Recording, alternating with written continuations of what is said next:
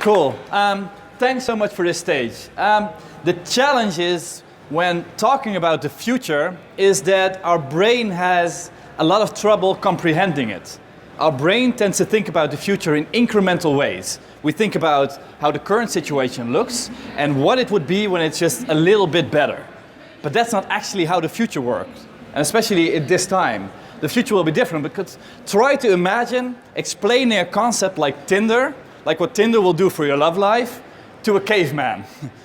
You're trying to explain to him, this Tinder thing will really help you get women. His response will be, is it like, getting a lot of meat into the village? No, not quite.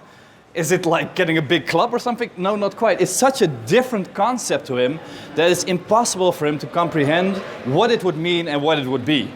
So when I'm here, I'm supposed to, tell a story, what will the education of the future look like? But it's hard to comprehend, because the story would start with, little Johnny goes to school in, 2050, but probably Johnny won't go to school. The assumption that there will be something like a school then, it's probably not true. There won't be this building that you go to. There won't be this classroom setting that you go to. It will probably be a much more interactive form, but it's hard to comprehend from where we are now. Learning subjects from a source. When we think about personalized learning, we still think about cutting up a book and putting it into a computer. But we still think of a new version of a book, as opposed to a completely different approach to learning. Reaching a degree. Degrees will probably be useless in about 20 years, because it's such an outdated way of looking at gathering knowledge. And having teachers. There is a person who will teach you geography. That concept probably will be outdated too. So we have to look at something completely different. And what I'm going to do is give you an overview of different things that are happening and that are going to happen in the future. And I'm going to give some examples. And from there on, I want to help you get practical. First, I'm going to explain to you why you should listen to me. Why should this guy tell you what the future is going to be like? Then I'm going to try to prove that change is coming, and not just a little bit, but a lot of it. What will the major areas of change be? What will education look like in the far future? And what will be the next step? And from there on, I want to look at how technology can have a humanizing effect. Because usually we look at technology as an isolating effect, that we get more individual, but it should bring us together as people. And then I'm going to look at what does that mean for me, but especially what does that mean for you? What can you do with that, and especially in the light of this hackathon? So why should you listen to me? I'm a warning of how the school system can go wrong. I spent 2 years longer than you should on high school. I went to 3 schools, almost got kicked out. It went wrong in almost every way. Even though on paper I've been proven to be extremely talented. But it really didn't show in the school system. And I became an entrepreneur. I set up 3 different companies. We've helped over 400 different schools change their approach to education, especially towards gifted children. So I've seen a lot of schools from the inside, and I've seen how you can get schools to change. I have an IT background. Actually, I had an IT company. I did complex data analysis, so I know a little bit about the technical side too. And I'm the founder of several schools. We started the School of Understanding, which started late last August, and now we've got 150 kids, so we'll be 230 kids after the summer. A second school is coming with already a waiting list. It's not even open, and we already have a waiting list for kids who want to sign up. So change is possible. We started it, and we're going to make it happen. And I really made this my mission. My life is about changing education, not just here, but around the world. So the first thing is change coming? Because there's a lot of talk about change, but is it really the case? Well, one of the most prominent people who's trying to prove that is Ray Kurzweil. He is the leader of innovation at Google, and he did a lot of inventions, and he's been talking about the singularity point. And what he did is he looked at what some of you might know, Moore's law, the fact that about every 18 months the amount of computing power for the same amount of money doubles. But doubling means an exponential change. It doesn't mean a linear change, but it goes up faster and faster and faster. But if we try to plot that over, for instance, artificial intelligence, then it starts out that we take a long time to get to the point of having an insect brain being simulated by a computer. But by the time you get there, within 20 or 30 years, you get to human brains. And then within just a couple of years, you get to all human brains. So the exponential curve makes that change goes faster and faster and faster. And he also shown this based on the different developments that we've had in humanity, from life starting to us walking, to more recent things like electricity and personal computers. And you see the amount of time between those changes is shorter and shorter. And what he proposes is that there will be a point that there will be almost unlimited change in a single moment. Because by the time that a computer becomes as smart as the 10 smartest people in the world, those 10 computers in one computer will start developing the new computer that's even smarter than themselves. So that will become an exponential change, which is almost impossible to predict what that will mean. So change will come and it will go faster and faster and faster. What are some of the areas that in the coming time will change the most? Because Ray Kurzweil founded the Singularity University, which is a university revolving around this transformational change. And there's a couple of areas they're following and they're very actively involved in. The first is big data and data science. We're spending more and more money and time to gather as much data as possible, analyze it and come up with new answers. Netflix spent over 100 million euros, or dollars actually, to predict what movie you will like, because if they get better at that, you will stick around longer and you spend more money with them. And we're getting better and better at that data analysis. We're getting more and more and better sensors. One of the things is the Xprize, you might have heard of it, which is a global challenge to tackle big problems. And one of the Xprizes is the company that's the first one to produce a real tricorder. And maybe you know it from Star Trek. A tricorder is what the doctor uses. He just goes bleep, bleep, bleep, and the thing tells you what's going on. The assignment is to build one. And I think you get like 10 or 15 million if you're able to do that. And Xanadu pretty much did that. A device which any mom or any person can use to diagnose the most common illnesses, with a lot of sensors on board, artificial intelligence, to be able to predict those things. Imagine that we've got just a device that fits in your hand that can do pretty much what a doctor 50 years ago wouldn't even be able to do because he didn't have the tools yet. Virtual and augmented reality. You have things like Oculus Rift, you've got the HoloLens, and all these different things where it's reached the point that you see articles, there's been a lot of attention to this lately, but that in exhibition booths, and it might be around here as well, that the point's been reached that people put this thing on, they get an experience, and at some point in the experience, you see people throwing the goggles off and running away scared. It was so immersive that they actually got such a deep, frightening experience that they threw it off, and they couldn't relate to it as being, oh, I'm just in an experience, but it was so real to them that they got this real visceral reaction. So this is reaching a new point. Artificial intelligence. The people who created Siri are creating Viv, which is a new platform that you can actually interactively interact with and just ask questions and give complicated assignments. Find the best flight for me to go from here to there with these parameters. And the thing analyzes it, collects all data, and gives you the answer. Bioinformatics and neuroscience. And a friend of mine started a company, I've invested in it, Omnigen, which is doing personalized DNA analysis. I took a little swab from the inside of my cheek, and now I've got a report about 25 pages saying which sports I should do, whether I'm better at, athlete, long-term sport or power sports, what my recovery rate will be, what injuries I most likely will have or not have if I interact with sports a lot. So we get personalized DNA analysis for, $100, $200, which is again something that 20 years ago you weren't even able to do. And local production, 3D printing. 3D printers are becoming more and more prevalent. One of the patent requests that Amazon has done is that you can order something and they've got a truck, and in the back of the truck is a 3D printer, and when it's driving you to deliver it, it's actually building what you ordered. So you're ordering something that's custom made with your name, with your colors, and it's building it while it's driving towards you. So these things are becoming more and more possible. So what does that mean for education? So these are some big changes, but what is that going to mean for education?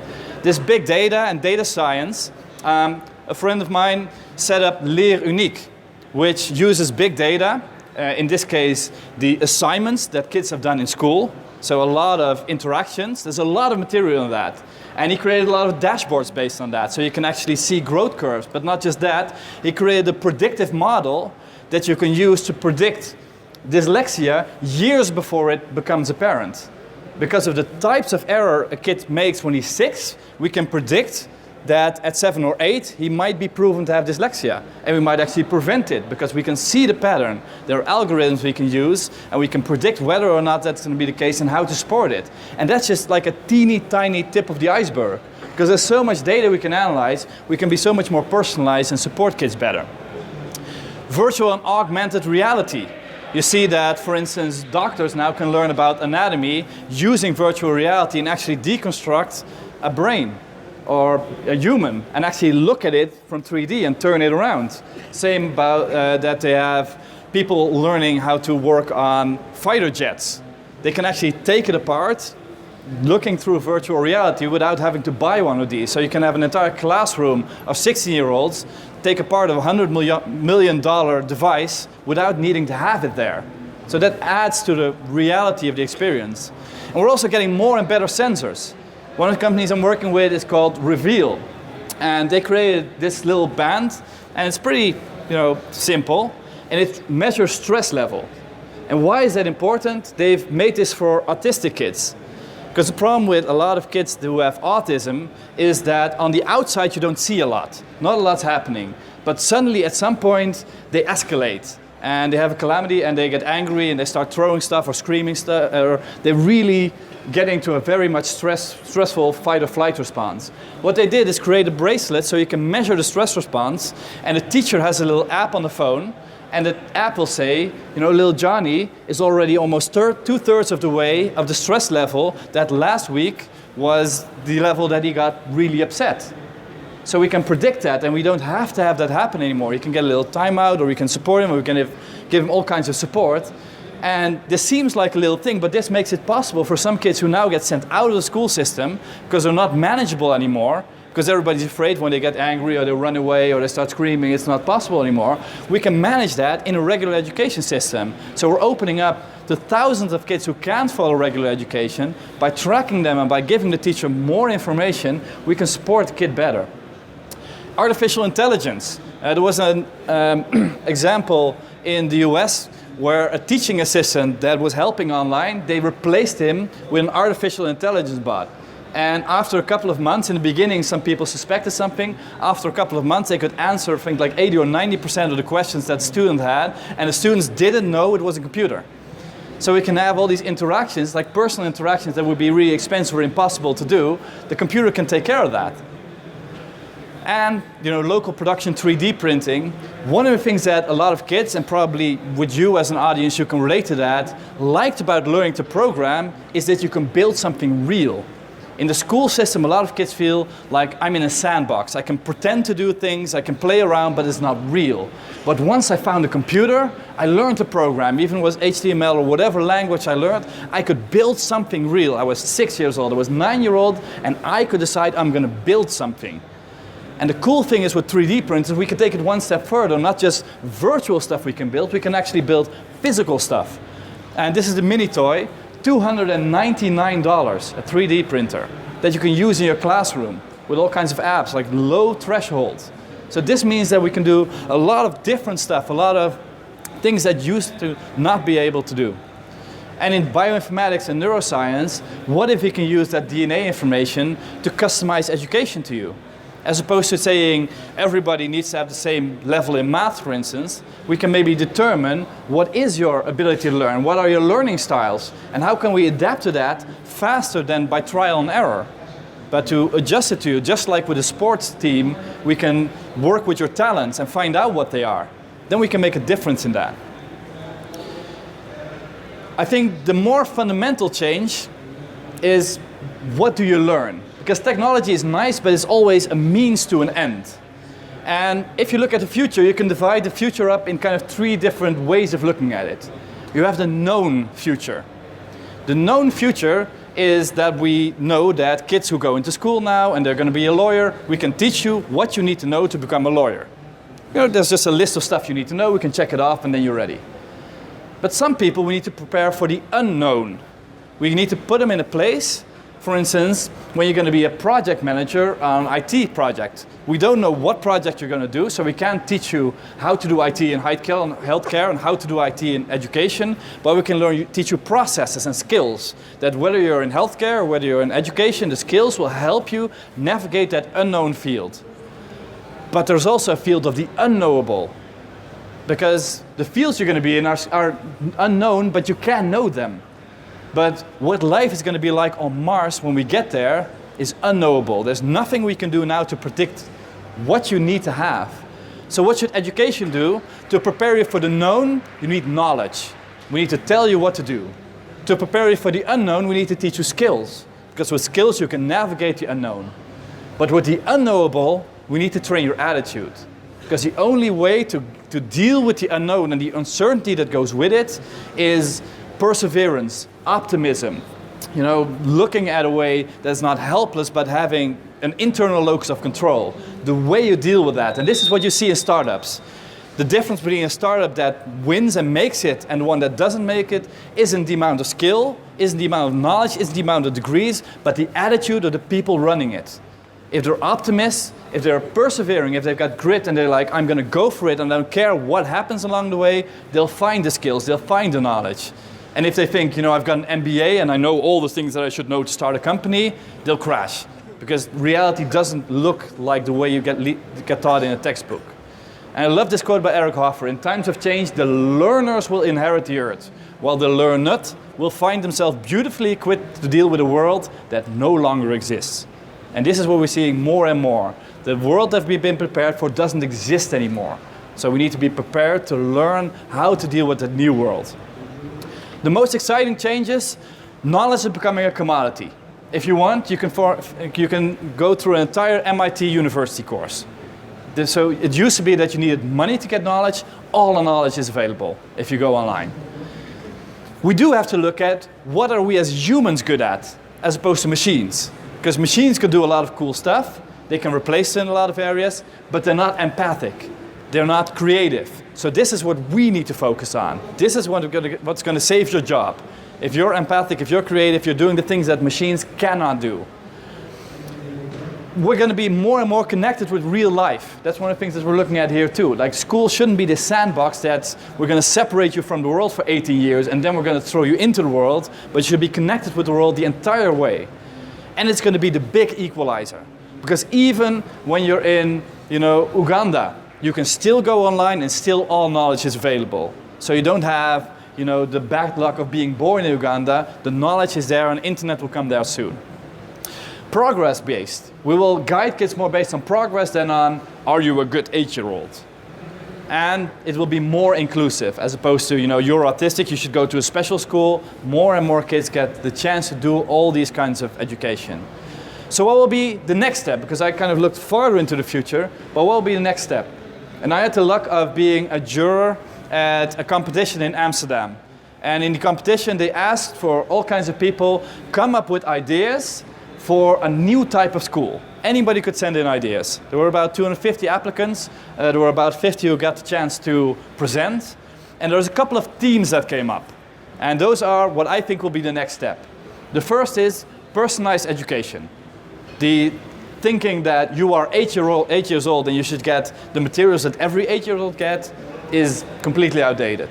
Because some kids are 10-year-olds and they do math at a 15-year-old level and they do language or spelling at a 7-year-old. So that should be personalized, it should not be age-bound.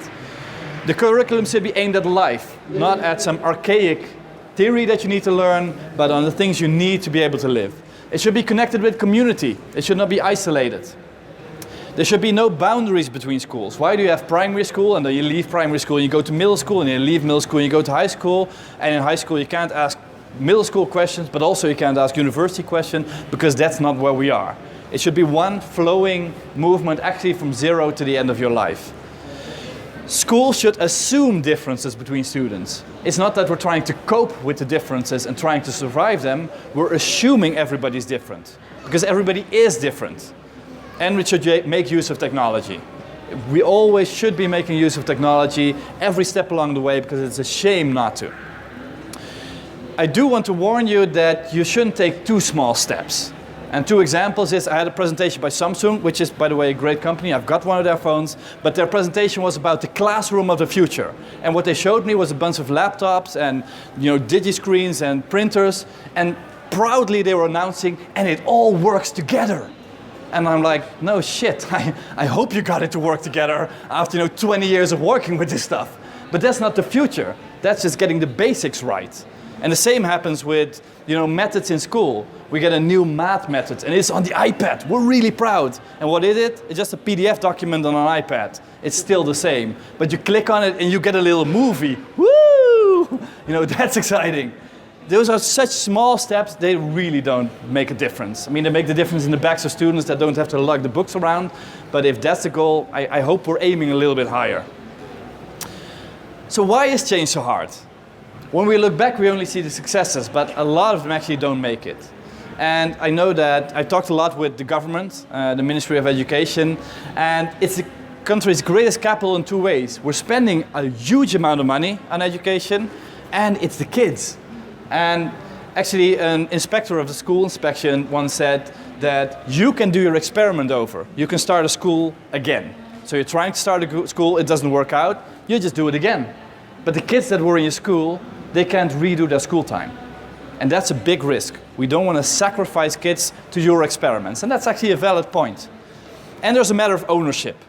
Nobody is the owner of the education system. So nobody can decide to change it because there's so many levels. And that has advantages and disadvantages. So how are we going to change that? You can take the revolutionary approach. And then you just, spend a lot of money on it. Throw money at the problem. You buy all kinds of new stuff. And then things will be right. Leap into the future. But there are a couple of caveats, because it's kind of risky. One, it doesn't have high success rates. If you do a startup that's way out there, then the chances of it succeeding are lower than when you make an incremental step. One other thing is that it's important to stick to your specialty and know what it is. What I see a lot is, for instance, in that competition, that people have a specific idea about education. For instance, kids should move more. If kids would meditate, they would learn more. Both are true.